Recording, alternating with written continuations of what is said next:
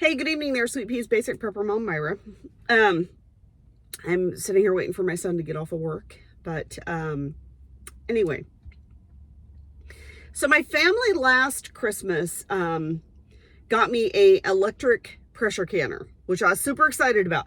I saw somebody use it. I was like, oh my gosh, I have to have that because they said it's totally simple, it's easy, it's amazing, it's great, especially if you don't have a lot of canning experience, and I never canned in my life. And I thought, you know what? I really want to start canning. So this was an amazing thing for me. So I took a picture of it and I sent it to my kids. And I'm like, hey, if you want to get mom something, get me this. So they pulled their money together. They got me a brand new pressure canner. I was so excited. And it sat in the box in my shed up until about 2 weeks ago. Not going to lie. I was kind of afraid to use it still. I still have a fear of botulisming, whatever it is, my family, basically killing my family, because it would be my luck that we would survive the zombie nuclear apocalypse and I would kill my family with botulism because something wasn't canned right. That would just be our luck.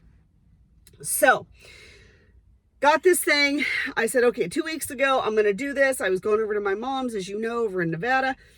And I was going to take her some food. I'm like, okay, so I made a huge thing of, which I've never made before. It actually turned out pretty decent. Ham, bean, and lentil soup from scratch, not just out of a can, like from scratch. It was a little bit more difficult than I thought because I didn't anticipate that the beans and the stuff would have to cook that long. But anyway, so I'd made a whole big batch, canned it. My son, I basically put in charge of the canner because he is like very meticulous with instructions and stuff. And so that was his thing. I'm like, here, you figure out how to use this thing. He's like, okay, he'd figure it out. Because me, I'm a skimmer. I look at directions, I skim through them, I go, all right, I get the gist of it. Yeah, we'll just figure this out as we go. And I really think that when you're dealing with a pressure canner, you probably shouldn't just learn as you go. You should probably know exactly what you're doing because once again, it would be my luck that I would be the one to blow up my house with an electric pressure canner. Nobody else would have done it, but I would have been able to do it. So I put him in charge of that. We successfully canned the soup and I took it over to my mom. And I haven't touched it since, to be quite honest. I really would like to, but I just really haven't had the time and everything else. Now, growing up, I would go visit my grandparents. I would spend the summers with my grandparents. So I grew up in Florida. They lived in Ohio. That's actually where I was born. So every summer I would fly up and I would spend the entire summer with them from the time I was 5 years old up until I was probably 18, 19 years old. And every summer, my grandma and her sister would have about a quarter acre garden. I mean, it was a huge garden, and they would split it. So they would both plant and do everything, and then they would just split what they got out of it. So every summer was bean season, green bean season, and they grew a ton of green beans. I mean, unless you're a commercial grower, I don't know. I know I'm exaggerating, but it was a lot. And my grandma would have these old wooden laundry baskets they were fabric lined, but they were wooden laundry baskets with little wire handles, and they had the fabric lining in it. That's what I call them, the laundry basket. I don't know, they might have actually been something else, but we used them for laundry too. So anyway, she would fill those to the brim multiple times, multiple baskets throughout the whole summer. So my whole entire summer was basically sitting on the back porch with her. She'd have the radio on. She'd usually have a baseball game on.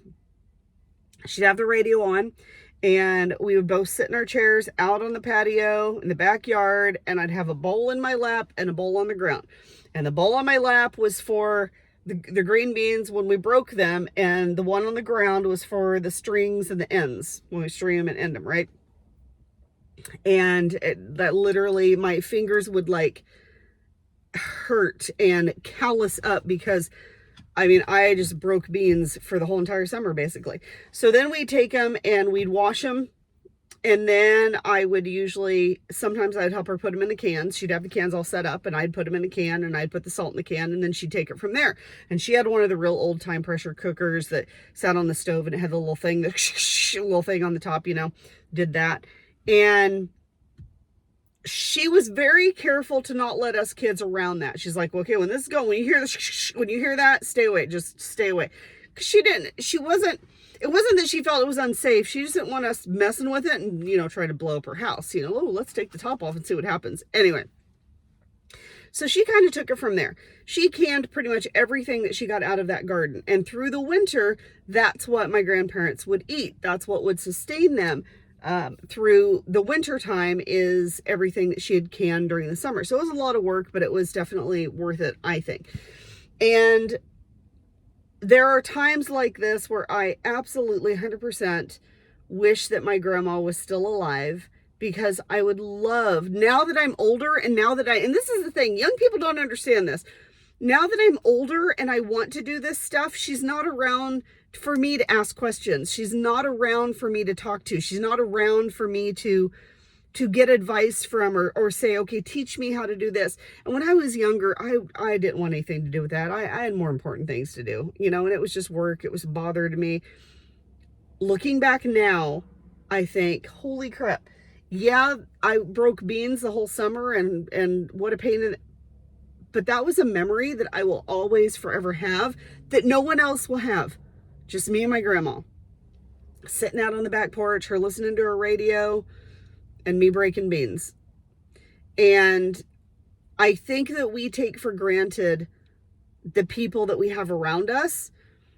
And especially in today's society with kids nowadays, they don't respect their elders, but they also don't go to their elders for advice because they think that they know it all.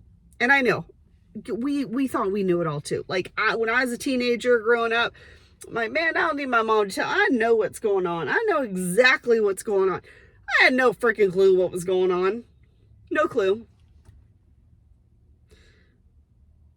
But it's always when you want the advice the most, you need that advice the most, you need to talk to them, that they're gone. And I wish that life worked a little differently. I wish that maybe we went backwards or something. I don't know. But now that I'm older, I really, really regret not asking my grandma more questions, not being more involved in her canning, not being more involved in her food preservation, not being involved in her growing. The woman could grow anything, anywhere. Thankfully, my mom pretty much inherited that. She's not as good as my grandma, but she's definitely better than me, because if it's green, I'm gonna kill it. But I wish I would have paid attention more. I wish I would have really learned that. And I think that we get to a place in life that when we're younger, that we don't see a need for that. We don't see a need to live that kind of lifestyle. We don't see a need for that, that knowledge, because everything is convenient. Everything is so convenient for us. So there's no need to want to strive to learn to do that. That's old fashioned. That's the old way. We have all these conveniences, and technology is constantly moving forward. And so there's no need to learn how to take care of ourselves. There's no need to learn how to survive. There's no need to learn how to cook. There's no need to, because there's all these conveniences. Well, what happens when those conveniences aren't there?